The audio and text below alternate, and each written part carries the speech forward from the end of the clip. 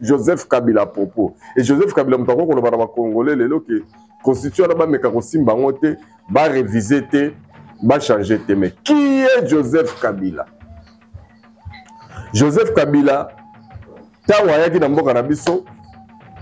En tout cas, à moi, mais il n'y a eu aucune présentation va présenter que voilà Joseph Kabila est là. Musée fait à son âme. On a la remis pesa le coup mubiso moko tolinga mboka na biso tolinga na to pesa on valeur parce que surtout ça on saboter mboka na biso. Yo za congolais vendre zo ko kabola ba vidéo ba M23 que bazui mboka. Ah mais tu n'es pas congolais. Oza congolais te. Intérêt ni na mo retrouver ce qui M23 ya. Au komana. Na M23. Et là, on est en personne, c'est puisque tu vas na bango banda 22 ans. Pendant 22 ans. Au bongaki, au changeaki vie, au komaki na, au komaki ndengeni. Soyons sérieux. Tindika Télévision, bonne année 2025. Les gens qui continuent, car il y a un qui repère sa meilleur 20 janvier, ils allaient interdits. Ils ont continué à repérer sa bino balandi à Tindika Télévision. Et surtout que tous allez entourer na ba bonne personne au basari que bozo personne banda kuna bino Rabile Mam Tazaki na Bilili Junior Kapaya, pourquoi pas Rifé Kisombe, la grande équipe ya Tindika avec bien sûr votre humble serviteur Saint Thomas. Nous allons toujours on a pour solo la nabino repé sabino basango ya République démocratique du Congo et surtout ya Kinshasa en particulier tous allez ensemble pour na ko réfléchir surtout na oyo tolobelaka Likambo Moronzamboka a fait sa proposition na Italie révision de changement de la constitution automoni qui quand même et la moussi ba o balobarate ba komi koloba ba politicien ba kombo ceci qui gaz ba zongeli koloba donc ba o ba si ba kabwana ka balobaka ke yela ngai to komona na tête to komi jida na yezu ba zongeli kokutana. Merci beaucoup na Tshisekedi Félix parce que tu es le seul génie politique actuellement en Afrique centrale Yonde Mutu. Ozo lobi sabato zo pesa bato matière parce que soko lobi pété surtout soko lobadi le Kambuya ko proposer changement ni révision de la constitution de so meko ki ko lobango te mbelelelo bato mususu surtout kolo université ya Karaba bengaka ye mbela bimi na kati azala na eta batamaka enfin lelo azali libanda tokolo belango d'abord na ngaki na pesa. Merci na ndeko alandaka biso trop Marcel Chimanga ozalaki koluka numéro ya prophète Moïse Nengele na muno komelinga trop epse bino prophète Moïse Nengele ayebisaka Saint Thomas makambo mboka mais soki bozala ba makambo na bino particulier privé il est aussi disposé ya kolobela bino yango mais ngai nazaka trop focalisé na ye na avenir ya mboka na banguna ya mboka neti mikolo ndenga lobi nanga pena ke Saint Thomas yebisa bana nzambe yebisa bao basambelaka bakongolais bandimela nzambe ba prier makasi pour la président donc banda lelo ti mois de mars faut ba prier trop et puis surtout pour la mboka parce que banguna ba tikali simate est-ce que eza mabe to eza malamu loboko tana mabondeli pour que nzambe lokola azara toujours na contrôle na ngambu na biso à répondre positivement na bosenga ya bakongolais na basusi na bino na ba problème na bino. Mais je voulais vous dire tout simplement qu'avant d'appeler sa numéro, il y a prophète Moïse Nyengele. Ba Congolais belé na zoka bazo lobato bazo de kaka na ba média koloba. Tangwa Kabila tozalaki boyete, tangwa Kabila tozalaki boyete. Mais vous êtes des menteurs. Na lingi Congolais ont la capacité à convaincre ngai même na par exemple na commentaire s'il vous plaît. Congolais nini akoki ko convaincre ngai ameka ko rappeler nga tout simplement. Il y a dollar où Joseph Kabila coûtaka na 2001 et que na 2018 atika kiango na tonini si vous pouvez comprendre combien lui il était meilleur na lingi congolais boy bisangai combien de fois na 18 ans armée nationale congolaise ba doté bango ne fisque na bateni na linga bu pesanga la ba exemple wana exemple le plus simple. Boy denga ikaka juste na compréhension et rozala eloko malamu poto sala débango kitoko et puis to revenir surtout na likambo na lobaki na bino que banani bazali pour changement ya constitution banani bazali pour révision ya constitution ko ekiri ya ba politicien basila gaz opposition a pété o ezali complot na bango na ba étranger lokola ba tanzanien na ba italien bazo yamba politiciens congolais, eux, bah, si va comprendre que l'avenir n'a pas déjà sombre, et surtout que avec l'arrivée, il y a Félix Tshisekedi dans le pouvoir, parce que bango ba messani segbiso na système ya politique à bané 60 ya bané 90, carrière politique na yo zo sala ngoka po bige na mboka ba dialogue kokota, ba conclave kokota, ba concertation kokota, ba consultation kokota ngai la parti na ngai ba ko consulter biso, to ko ya kozwa ba poste, et puis to saleli basi na biso bana na biso na ba relation na biso to zima kamba Congo to bwaki musika.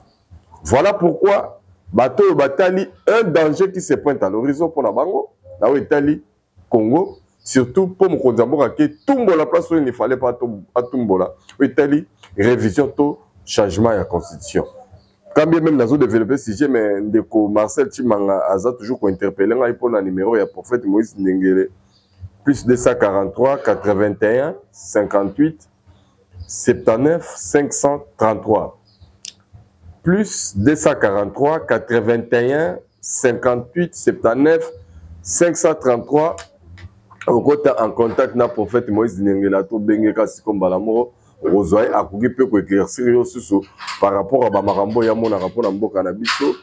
pour na mokonzamboka na biso pour na mampinga na biso ka ndenga utako lo badernement na bi Saint Thomas na marambo tali guerre à est option monsieur zate kaka option militaire mais que option militaire ndenge tomoneli ndenge bandeli et puis 6 mois robanga na bato so babi ah ndenge ni ville à Masisi est tombée mais ndenge yo batangelo bamboka nyoso bazuite batangelo ka ville à Masisi est tombée ville à Masisi ndenge tombée wana et soumis sous makasi biso parce que ba o nyoso bazalaki d'accord te par exemple ba américain na moni ba condamné ba lobi bandeko fo ba bima na moni muto asimbaki médiation ye moko a regretté abi ezali ba décision moko irresponsable na witi ko le kawana. C'est pour vous dire que nous sommes dans les bons mais ceux qui bomoni makambo la muki sous makasi parce que bato ba se sentir déjà en danger que ceux qui va changer constitution bango bazala lisusu na marge à manœuvre te bazala lisusu na esika ya kokimela te yango moni na ba communiqué final ya Joseph Kabila ba André Claude Lubaya ba Moïse Katumbi ba Raymond Tshibanda et consort ba Ferdinand Kambere banda ba politicien na tout bazali kobanga eloko ni bazali kobanga parce que koka na ba communiqué na bango balobi bango bazali ni pour la réforme ni pour la révision, c'est-à-dire que ni changement de constitution ni révision te bango balingi za la bongo tellement constitution ezali bien privée à Joseph Kabila à ça la constitution na ezali ya ye privé yende kaka Joseph Kabila mutu akoki ko réviser yango to akoki ko toucher yango ndenge excuse bolimisanga ndenge toucher yango na 2011 d'abord na ko toucher ka kosaka batu puisque bato beli basi babosani tango touché en 2011 akendaki ko toucher voire même ba disposition verrouillée a touché yango par exemple na Sabino eloko ya ba conseil ba commissaire spécial na ba province ezaki violation totale ya ba disposition constitutionnelle mutu moko ko lo baté tout monde ni église catholique tikala ko fioto la tambanga te même tous ces gens qui parlent aujourd'hui qui sont des donneurs de leçons vraiment fioto la mbanga te et il avait encore touché disposition verrouillée à l'article 70 parce que déjà il faut prévoir que président a reçu la 5 ans renouvelable une seule fois mais disposition qui touché sous Joseph Kabila parce que il n'a pas respecté le 10 ans. Il s'est ajouté à lui seul 2 ans de plus Joseph Kabila propos et Joseph Kabila mutako ko ba congolais lelo que constitution là ba meka ko simba ngote ba réviser te ba changer te mais qui est Joseph Kabila? Joseph Kabila tawa yaki na mboka na biso en tout cas à moi que ngana zala na moi kobosana mais il y a eu aucune présentation va présenter biso que voilà Joseph Kabila est là musée fait à son âme on a la robaka keno bato balobaka muza loba ne jamais trahir le Congo ezaline balobaka que zoba zwara maele na sima parce que musée lui-même était vrai zoba mutamemeli biso tout ce qu'on voit aujourd'hui comme souffrance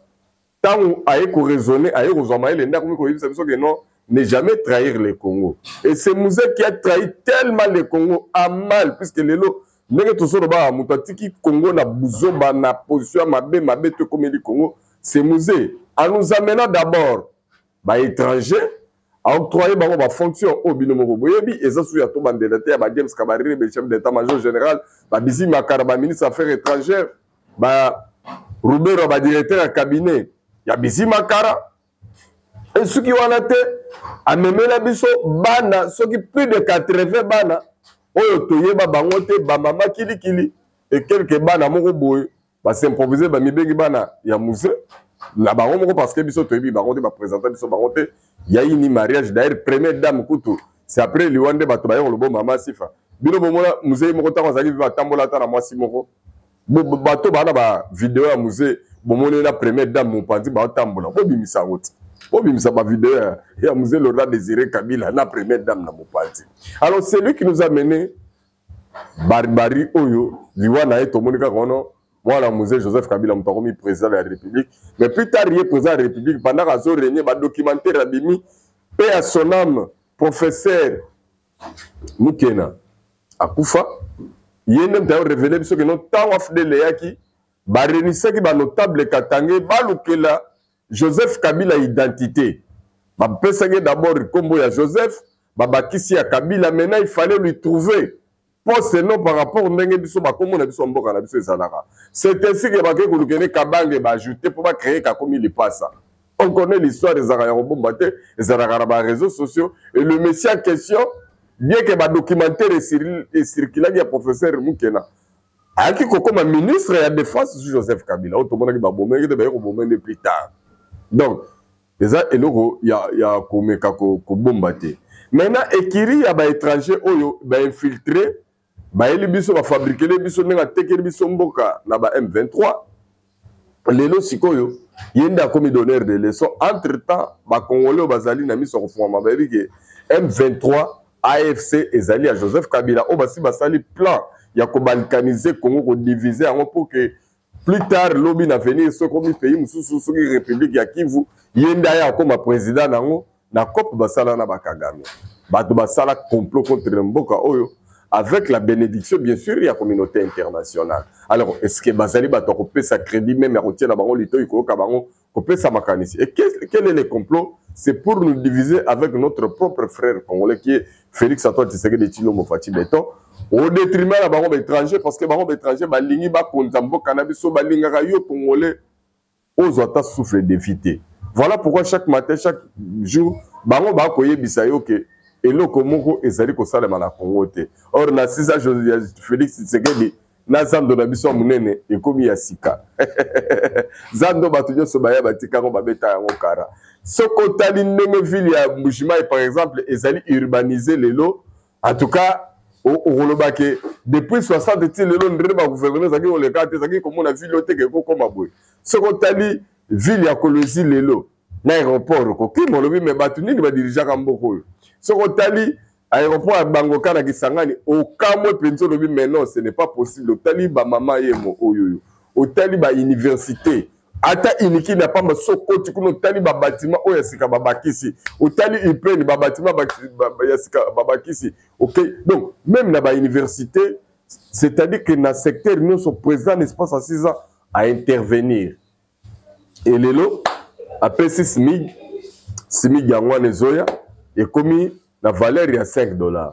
Dédoublement, va doubler le salaire. Donc voyons voir, les autres allaient appliquer le 1er février. Alors, un président comme ça, d'abord une volonté politique, il y a amélioration de la condition de la vie des Congolais. Dans le Congo Mobimba, ils allaient doter d'un tracteur pour la route à désert agricole, pour encourager l'agriculture, puisqu'ils allaient source de développement.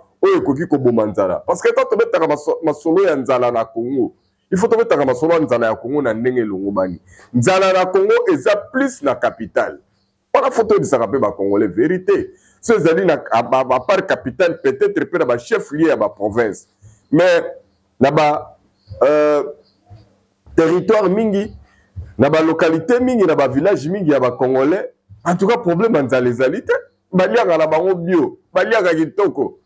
Sauf que bazar a problème sérieux, il y a des produits manufacturés. Oui, Zali, suite il y a des manques, il y a des routes qui c'est la biloko, biloko wana bisikana pour que on peut la tour dans même évacuer ba milona na bango ba fruit na bango biloko na bazala bango e polaka na bazambe belé ba tia na ba centre urbain place que vous allez consommer pour que et ça na bango moni lelo président Félix Tshisekedi azali déterminé à ça la connectivité ya République démocratique du Congo et voilà pourquoi a-t-il mis sur proposition oyo il y a changement il y a constitution to révision il y a constitution momoni banguna moko bo benemi ya Congo ba telemi ba ko pesa mbongo ba ko kabola balobi ba ko ça ba manifestation kafu pour na ko telemela révision to changement constitution ça dit que nous faut tous alaka na pour ba tikela biso boumbu il y a ancien président za la drogue aux 680 000 $ chaque fin du mois ancien président assemblée ancien premier ministre ancien agneau baza la drogue aux aura bambongo belé ah mais biso za pour que constitution changer pour que même ancien président même Fatimi Ngaza Bosso si banda nae ba fouta que de fils que 20 000 $ par mois parce que dirigeant Gimboko no ba fouta 680 000 $. C'est ça aussi aimer le pays. Comment bino boko lingambo quand vous savez construire ça mibe quand on sommet avantage vous mitié le kaka na batu ya l'état bino boko ba compte bino boko ba responsable et que peuple n'a rien. Voilà pourquoi il faut que échanger. Alors on a dit que passer aux à la mesure ba congolais besoin d'angai venanga Maurice Toko base depuis les États-Unis. Eh batu nanga miné les Philippe Msangilai aux Nangai sans oublier Léon Mouzadi les grands commentateurs donc Bozali Belé, Mayayos, Aratarate, sans oublier Soraya ma bébé à papa, la fille à papa, quand il a histoire pour les amarams, vous savez, maison monana. Donc on parle du Congo,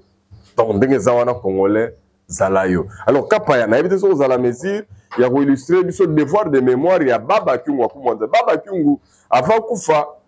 Na évité ce qui m'a propos ce qui Kapaya aux la mesure on les bino éléments au tenir ba so moniteur ni matin mais na ba propos na lobaki boy banani balingi bakosa ba congolais lelo bakatange bazui pouvoir ya Congo ba diriger Congo pendant 22 ans et na 22 ans oyo bakatange ba diriger batikali ko rendre Katanga paradis terrestre te wana premier eloko Baba Kyungu alobi Bakatanga va diriger pendant 22 ans aux Abanani. On avec ma vraie responsable la Katanga d'abord Ezali nous l'aura désiré Kabila puisque ba 4 ans na 4 plus 18 ans Joseph Kabila. Ba eko kamata Moïse Katumbi 9 ans gouverneur ya Katanga. Oyo Joseph Kabila 18 ans Congo mobimba abima loko la Katanga na ba Katanga bazaki na ba poste à responsabilité. Mais na 22 ans pourquoi Boranda ki Katanga paradis terrestre te Batouana. Au contraire, na 22 ans, Katanga ezalaki mobimba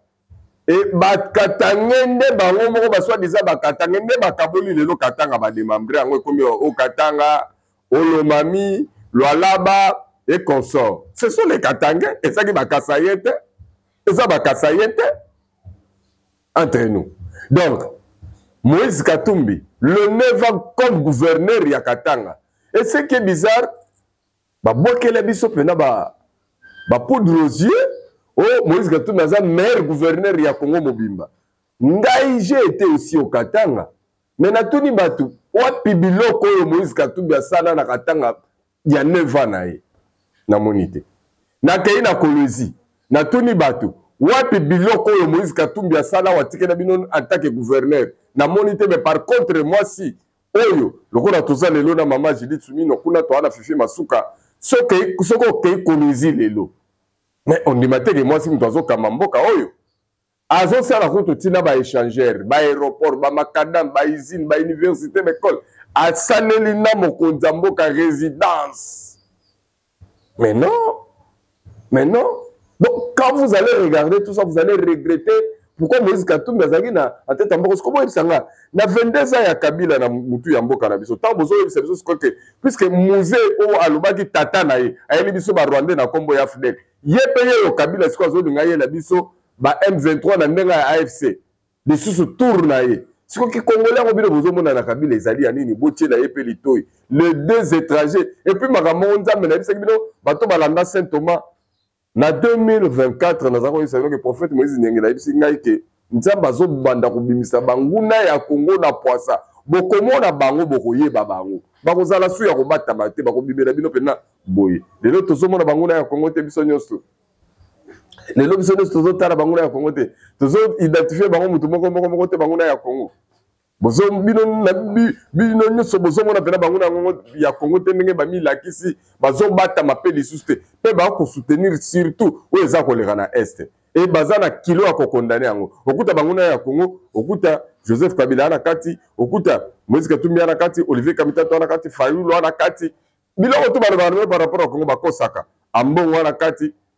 Chole na kati baza mwa mingi baza ikiri bakombo ezebele mususu na moyen na silisa wezata alors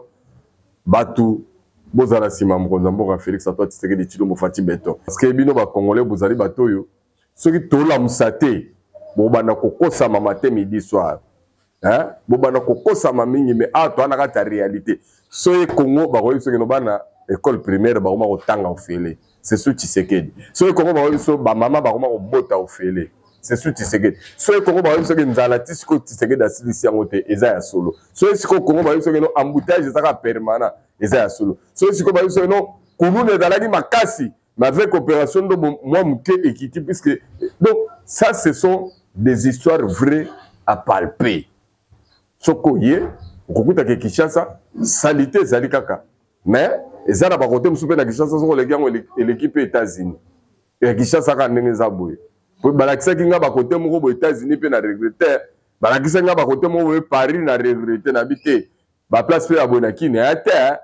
ya kini na biso donc to mi pesa lokumu biso moko tolinga mboka na biso tolinga na to pesa ko valer parce que surtout ça ko saboter mboka na biso yo za congolais vando zo ko kabola ba vidéo ba M23 ke bazui mboka ah mais tu n'es pas congolais oza congolais te intérêt ni na mo ko retrouver soki M23 ya okoma na M23 et là on est ba peso asika puisque to vani na ba banda 22 ans pendant 22 ans obongaki o changeaki vie okomaki ndengeni soyons sérieux. Merci à tous les Congolais pour Rolanda Bisso. Nous sommes vraiment unis. Et surtout qu'encore, bonne année, merveille 2025. Na binona ma bota na binona na passé mingi. Na Nicolette, moi si toujours Pembe. Il y a Santo Thomas. Na robo sanate, grande sœur chérie Annie Ngalula depuis Canada. Na sangisi de Soussou. Maman Annie, il y a pas sœur Loubanza. Na sangisi grande sœur Vicky depuis matin de quelque part. Papa Maurice Toko base vient à Tumba Kolesha depuis Allemagne, Baratakate, Nabosate Clément Chimanga, et pourquoi pas Mounzadi, donc Mounzadi yo, et puis yo Ratakate, maman Yohan toujours consultante Nabiso, Azarakawana, donc Léon Mounzadi, Mayayos, Bozaza, Binoto Soraya Lema, donc Bozala Kiona pour Rolanda Biso, surtout qui fait plaisir, donc il y a pour Sakanate, pour les Congolais, les minutes pour mobiliser. Bawazalendo merci ndenge na oki ba localité et belé zoko ya kuna ba gungu ba sac et donc tout on kozwa antenne alimbongo donc tozu ba mboka e belé na minute za na contrôle ya FARDC bango ba soki biso masisi mais masisi on a c'est quelque chose à ba jour ti toko ta février to récupérer biso masisi on a parce que axe muso ba FARDC na ba wazalendo ba za ko se diriger vers ba localité ya tout autour à Bunaga na paix parce que armée mbalo on a une option militaire les alliés na mesa et yango jamais ekoki koraté Congolais la muka qui sont pour le changement de la constitution qui sont pour la révision tout ce qui bakadia pemba badeli c'est Sanga Martin Fayulu André Claude Lubaya Joseph Kabila Moïse Katumbi et consort bananga ce sont des fous de même badina bambongo bango balingi to simbelo côté parce que ba yebi ke so to simbiango bango gaz na bango sili peuple na bango sili mais yo nani ozana droit au terme la peuple congolais parce que marambo etali révision constitutionnelle les alliés président de la république ceux qui étaient alliés ba parlementaire ceux qui étaient ba parlementaire les alliés peuple à travers référendum classe yangwana oboyoki bato baza classé bon yo sikoyo tango loba wana mandat aux attentes en série 1+4 to bozaki ko